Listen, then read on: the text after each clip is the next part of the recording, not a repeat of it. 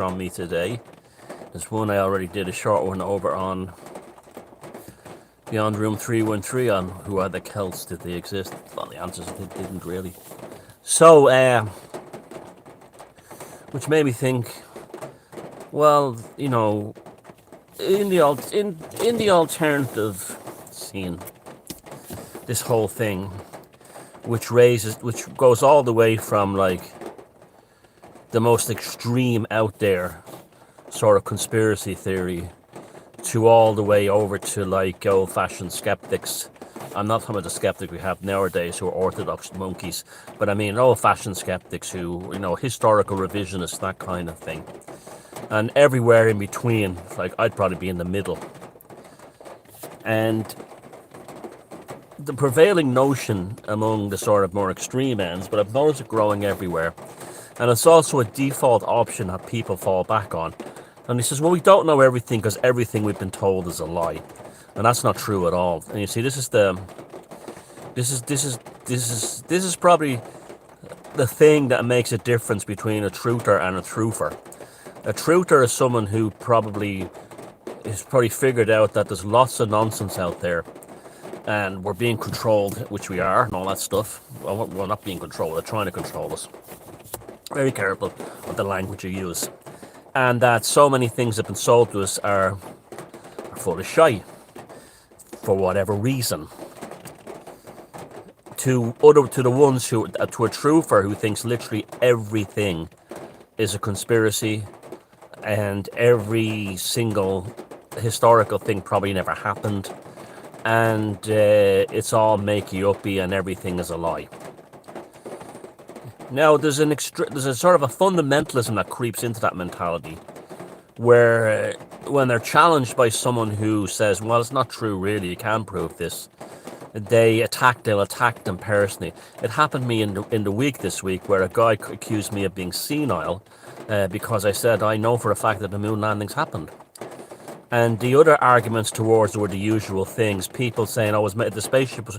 They think the LEM took off as made out of cardboard and knitting curtain rods and went to the moon and back. They don't even know the fundamentals. They'll show a picture of the lunar module orbiting, so who took the picture. They don't even know how it worked with the LEM in a container and this whole thing and the command module orbiting and all. They don't even know about it. You have to convince the whole thing was a fakery based on these videos where some guy's waving his arms going and this kind of thing. And edited Buzz Aldrin videos where he said they think he says things that he didn't, like when the little girl said to him, why haven't we been back? And I said, I don't know why we haven't gone back. And then they all say, that proves he never went, this kind of thing. But no, they did go. And the reason for it is this in a very important thing. Apart from the fact that technically I've looked at everything to do with it, and it all works out, as simple as that. I've looked into it. The second thing is that all these countries would have blown the whistle on them. Now then you get the default kind of thing, well, they're all lizards, they're all in together. No, that's not true at all. Jesus Christ, that's not true at all. These are people trying to kill each other. Currently NATO and the Russians are trying to kill each other. And the hatred that they have, each side has for each other, and then telling them, they're all, Putin is one of, Klaus Schwab's young leaders. No, he showed up at a World Economic event. He just showed up. Showing up at a place doesn't mean you're part of the club. 9 times out of 10, it could be espionage. It could be having a look around. It could be doing arms deals. You don't know. Doesn't mean you're in the gang. That doesn't mean anything. And so on. So, and they want to probably suss him out as well. Get a look at him. Probably even compromise him with a prostitute or something like they do with everyone else that didn't work. I'm not a Putin fan by the way. I'm just saying this is how they operate. So, that was just one example. But then you can say, yeah, but I respect other people who might say, well, I don't think it happened, and then they'll give an answer why. And I say, fair enough, that's your opinion. And we live in, this is the alternative scene. People are very bad with alternative opinions. They develop literal hatreds of someone who holds an opinion that they don't have. And that's a fanaticism, that's a religion. So, and the fact is that the world is very divided. Always remember that. Now, is history all bullshit? No, it all did happen, a lot of it. A lot of it happened as they said it happened, but it's been skewed for agendas, and this is the important part to remember. A classic example of this is that the United States did not win the American War of Independence. That's a classic one, right? The American War of Independence was won by the French and their Indian Native American allies. That's who defeated the British. The Americans literally just had to come in and do a little few pockets of attacks like Valley Forge here and there. As the American engagements in the U.S. Civil War were Mickey Mouse for the most part. The big stuff was all done by the French and their Indian allies. And one of the reasons that the Americans turned on the Indians in such a bad way is because so many of the First Nations were allied with the French against the British, and they were the ones who had they were the ones who literally. That's the irony of that. Native Americans actually helped create the USA, and then were basically what was done to them, and that was why. So, average American, you say to them like, so there you go. The American Revolutionary War. It actually happened. It took place. It happened. The British were defeated, or they came back in 1812, but they were defeated. But they were defeated not by the Americans. They were defeated by the French and their Native American allies. That's who beat them. The Americans had to just basically, do the cleaning up afterwards. So and then they claimed that they had won the whole thing. They didn't. So there's an example. Yes, it happened, but the truth was being suppressed of how it really happened. And I just mentioned this, the American Civil War by the same virtue. What was the American Civil War about? Quite simply, Southern states wanted to have their own tariffs set with the European powers. That's it. Nothing to do with slavery. Slavery was not an issue. You ask the average person today, what was the US Civil War about? And they go, slavery and fleeing the slaves. No, it wasn't. Lincoln only freed the slaves because more and more young Americans would not fight for him. So he needed troops really badly, so he freed the slaves in the South. But that was about tariffs on tobacco and cotton, that the southern states wanted to deal directly, and they were quite within their means as well, through states' rights, to negotiate tariffs directly with France and Britain regarding tobacco and cotton. And now, I know slavery is wrong and all, it's something to do with that, it's not a moral thing. This is why the war started. Almost nobody in the South in post-Civil War times had slaves, and the ones that had were all the rich. The average working class person in the South didn't even know it was as poor as any slave. Those people didn't fight for that. Those people fought for states' rights. And again, so the American Civil War happened, but the raison d'être, they don't tell us. Now, even in our here in 1916, we were told that 1916 uprising in Dublin was a catastrophic failure. It was a catastrophic success. It was a disaster for the British. Yes, they didn't have an immediate success, but they lit a spark that, like 6 years later, resulted in Irish independence. 1916 was an enormous success. So it happened. It happened the way they said they did, but the interpretation has been completely spun around by both the British and Irish education system to say that they lost. They won. The 1916 Easter week was a battle in the beginning of a war. It was a battle that was ultimately lost by the Irish side, but it was the beginning of a war they would actually win 6 years later against the British Empire. So again, it happened, and we're not given the full interpretation. And this is really history now. So when people say all of it is lies, no, it's not. Most of it did happen. It didn't happen always the way they said it happened.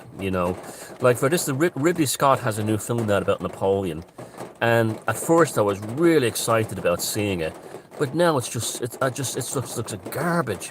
It shows him firing cannons at the pyramids. That didn't ever happen.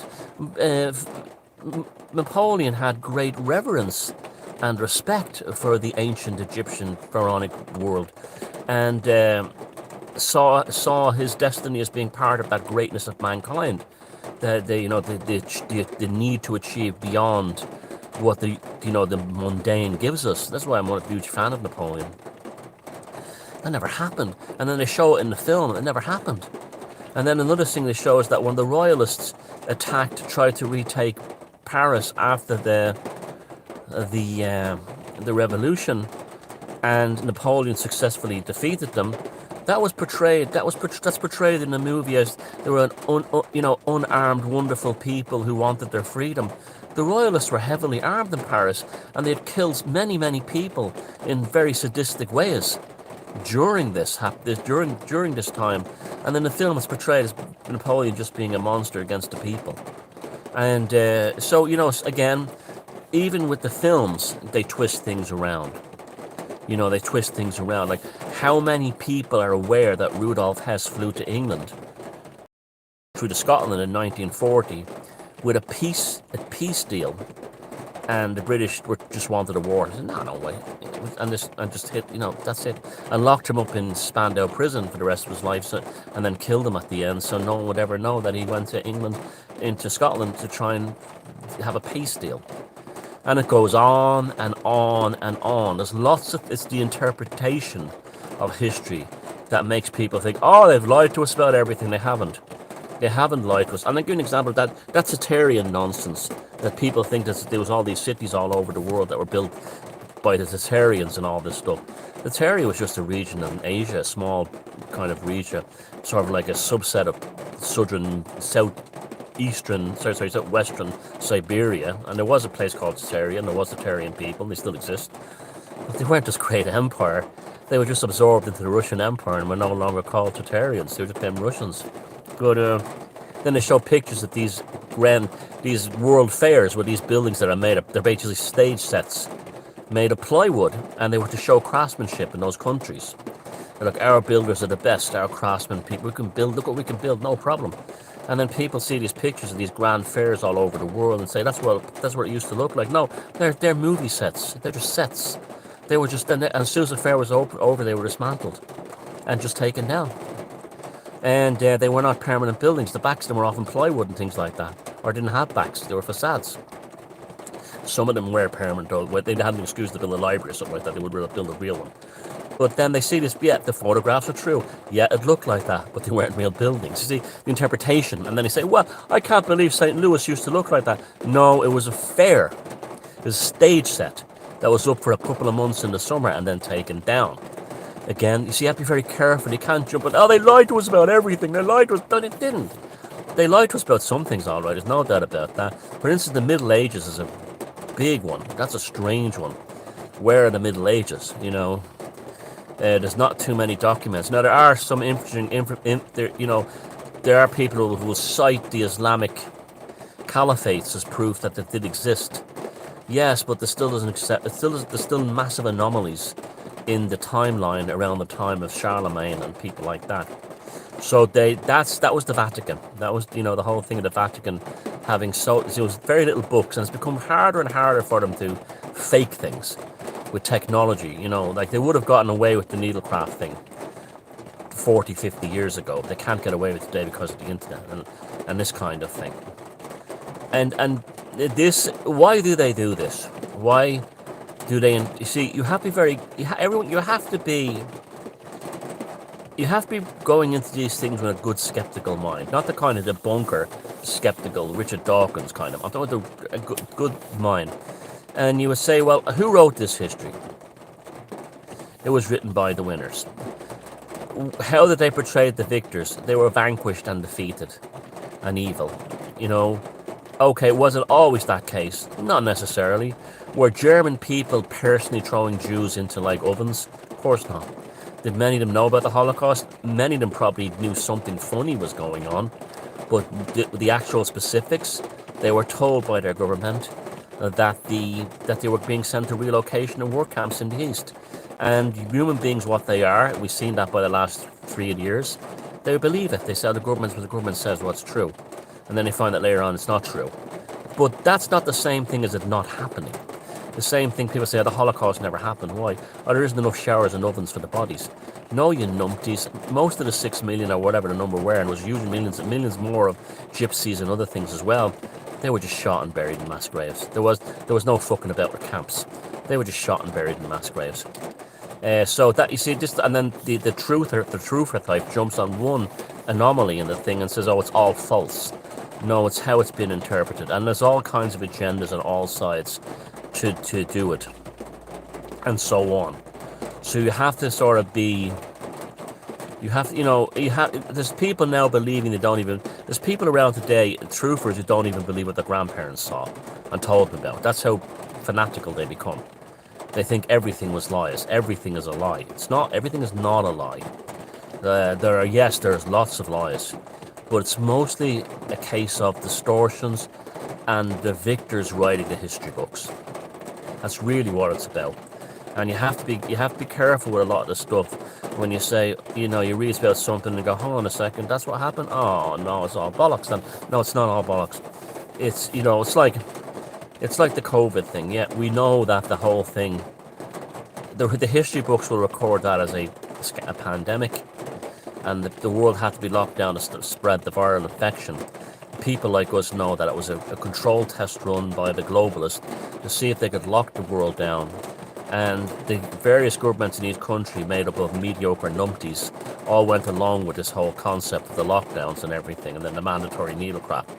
And then people like us will say, no, that's not what happened. We saw it with our own eyes. They were lying all the time. Yes, there was a virus. Yes, there probably was.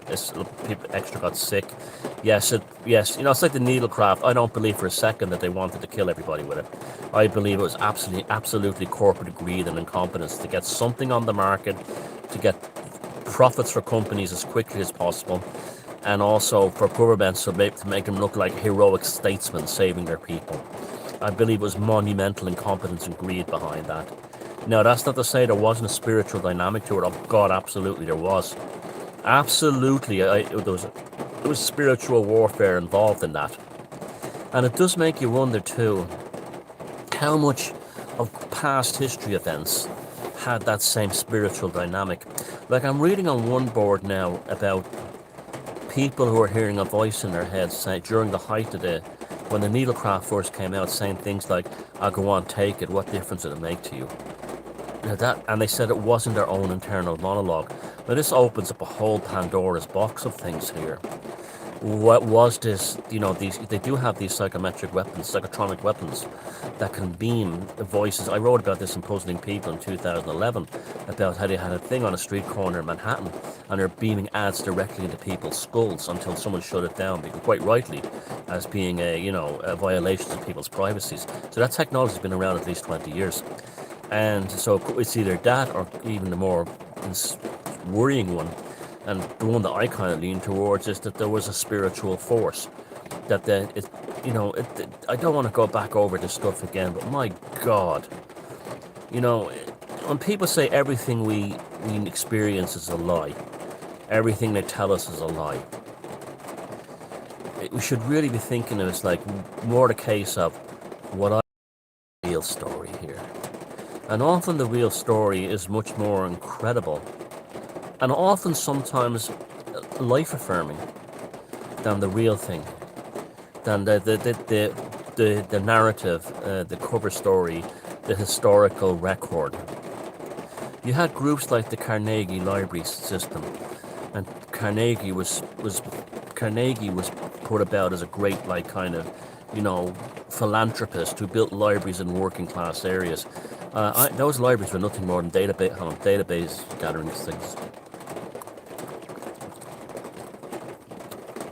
The library systems that they set up, there was a way of monitoring what people were reading. And they would set them up in neighbourhoods. Like in Dublin, they built the Carnegie Libraries in places like Rathmines, where you had different groups, Catholics, Protestants and Jews, all living in close proximity. And so they would have the library cards of like Johnny McGorry, Bernard Campbell, and Moshe Israel, and they would be able to look at what the books the Jews are reading, the books the Catholics are reading, the books the Protestants are reading, and if they started to see an increase in a certain community of, say, the Communist Manifesto or Das Kapital or any kind of revolutionary text among the Catholics, they would know right away that there's elements from the Catholic groups in the city who are planning something. And that's why the Carnegie Libraries were set up. They were the first databases. And that's why they were specifically, and they're often very attractive, beautiful buildings, but they would keep books out that the globalists didn't want people to know about. like any text that say challenged the origin of species or that kind of thing. Any text that basically validate the supernatural were taken out of these libraries. So I always remember that when I was a kid growing up in libraries, you could never get books on anything to do with the supernatural or Forking. The odd sort of like Time Life one, but you couldn't get anything of any depth. But it was like that with lots of things. Most of the books were pap anyway, but they could monitor people's library cards, their coming and goings, and what kind of books they were reading, and they would say things like the man over there, Billy O'Brien. He's getting very interesting books for a fella who's working class. What's he up to? Keep an eye on him. And that's why the Carnegie Libraries were all set up. Really, it's disgraceful, isn't it? Like from day one, Zuckerberg and his data gathering is nothing new. But what does this tell you about these people? They're absolutely terrified of us. They're absolutely terrified of us. And they even say this in their documents, like Iman Zbigniew Brzezinski saying the biggest worry we have is a mass raise in consciousness. Now, being a truther and screaming it's all lies, blah, blah, blah, this kind of thing, that's never going to help. But what they don't like is someone like, what I consider myself would be, what I've been since I was quite young, is like, what's the real story here? You see, that's the way, that's rather than saying everything is a lie, what you should really go is, well, what's the real story here? And sometimes the real story in the historical record is presented by the orthodoxy. It pans out as being the real thing. In fact, it probably more, a lot of the time it does, but the subtle nuances, the sort of like the things on the outside, are the things that made the real changes. They were played down. They were often played down, And, a classic one being the Battle of Waterloo. Yeah, the Rothschild bankers who went over to London and told them that Napoleon had won. Because Napoleon was expected to win. It was only by, the Prussians arriving at the last minute that the British were saved. The British were being demolished by the Old Guard at Waterloo. And the Prussian army showed up, and the Dutch, that was when the Napoleon couldn't beat them. But up until that point, it was looking like the British Empire was on its last legs. And Napoleon was going to get his Grand Alliance in Europe. But people say, well, the Rothschilds did. I don't have a problem with the Rothschilds doing that. The ones that they took the money off are all sleazy scumbags anyway. It was like, I'd be like, well played. That was my attitude towards that. But yeah, and we're dealing with, we're never told about the foundations behind things. Like following the Battle of Waterloo, you had these treaties like the Treaty of Vienna, the Treaty of Geneva, and all these things that carved up Europe and created countries like Belgium. Why did they create Belgium? Well, it was like a kind of like a clearinghouse for the establishment. And that's why, they put in a royal family. It was basically the British royal family and told the Belgians that these are your royal family. And created kind of a subset of the British Empire that carried out appalling atrocities in Africa and then blamed the Belgians when it was really done on behalf of the British. And this kind of thing. And that's why they stuck NATO and the EU and everything else in Belgium. They just took the Belgian people's land and turned them into a little experimental group.